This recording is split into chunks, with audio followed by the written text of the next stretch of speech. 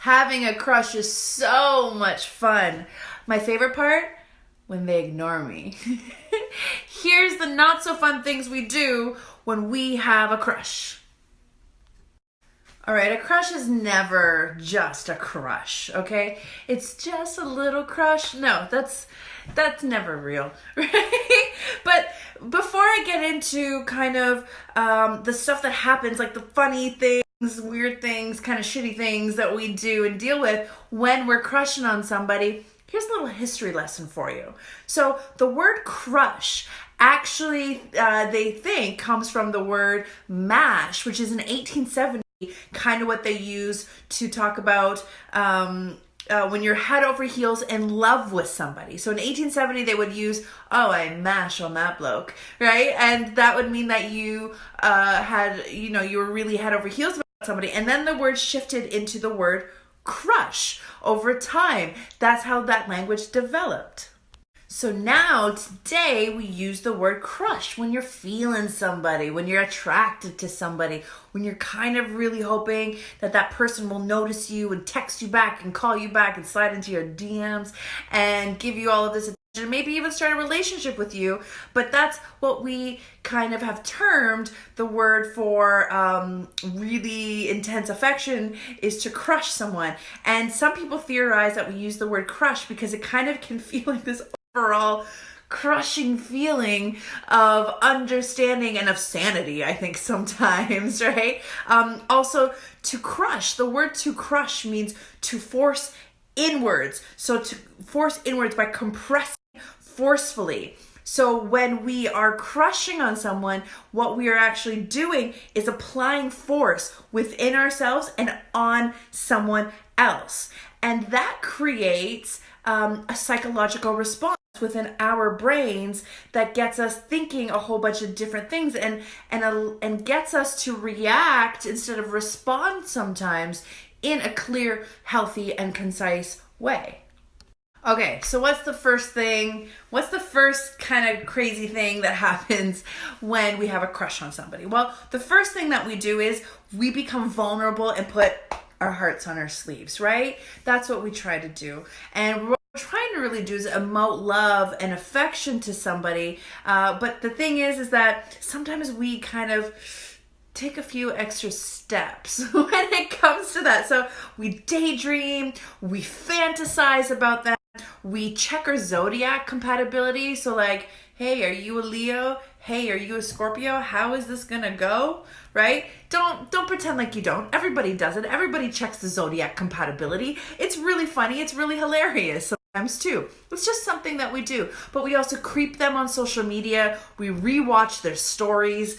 And then, when they do text us or message us or slide into our DMs, their notifications light us up because we're wearing our hearts on our sleeves. We're exposing everything about us and putting ourselves out there.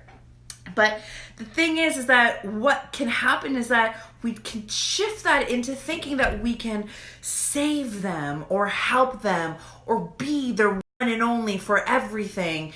And that just might not be the case. And when that isn't the case, we actually become really testy and annoyed for absolutely no fucking reason other than we're just not getting the attention we want. All right, thing number 2 that we do, we ignore the red flags. We ignore the red flags. They could be waving them in front of your face and you are ignoring the red flags, okay? I get it. I hear it. But here's the thing. Your friends don't really like him. Your family don't really like him.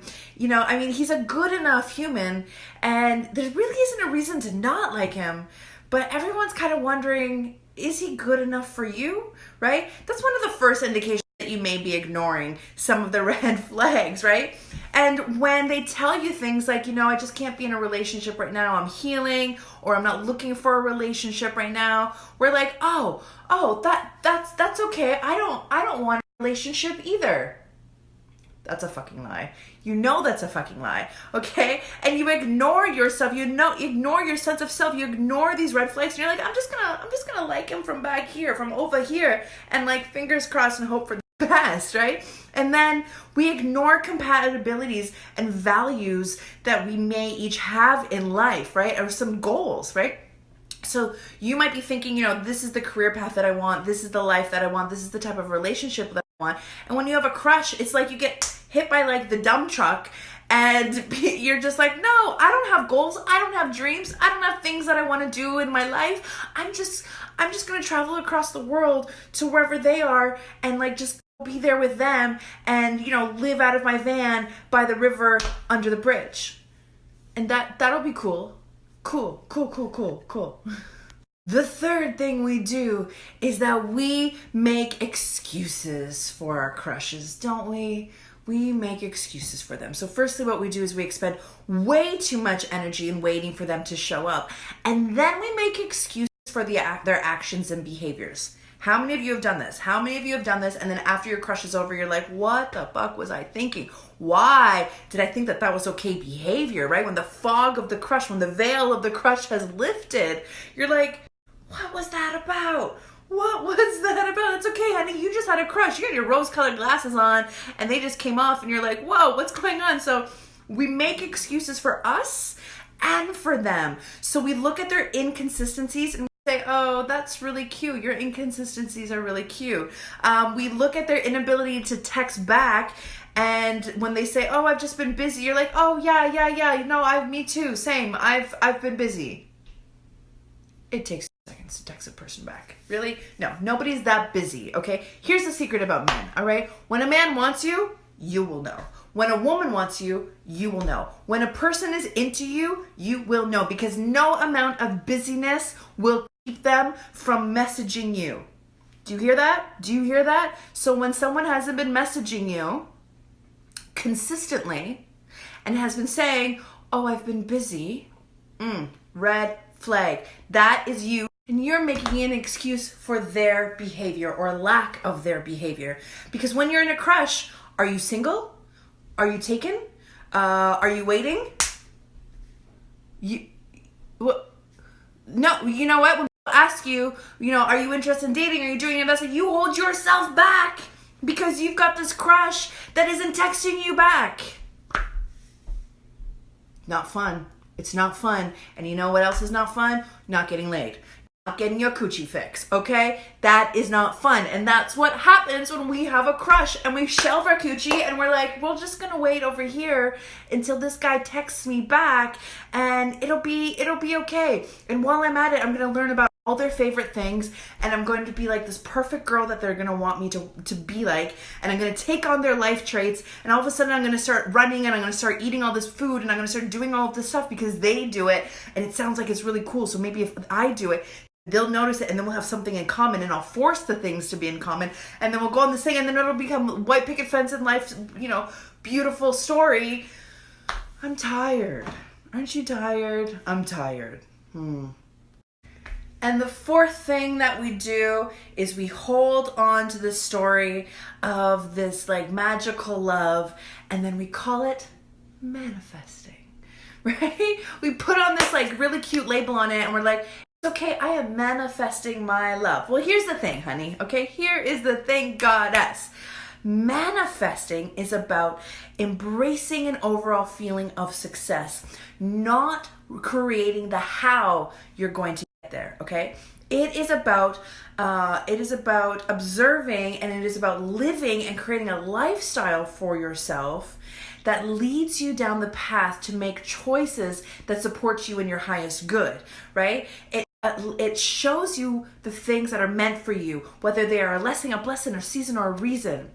But having a crush and holding on to the story that he's gonna like you back is not manifesting. It's not manifesting that love, and it is not using your manifesting powers in the right way, okay? That is not what that is for. So, have you ever had, here's a fun thing. Have you ever been just like had a crush on somebody and like you're walking around your house and you randomly just like get into an argument with them, but like they're not there and you're not talking to them and you're actually only talking to yourself?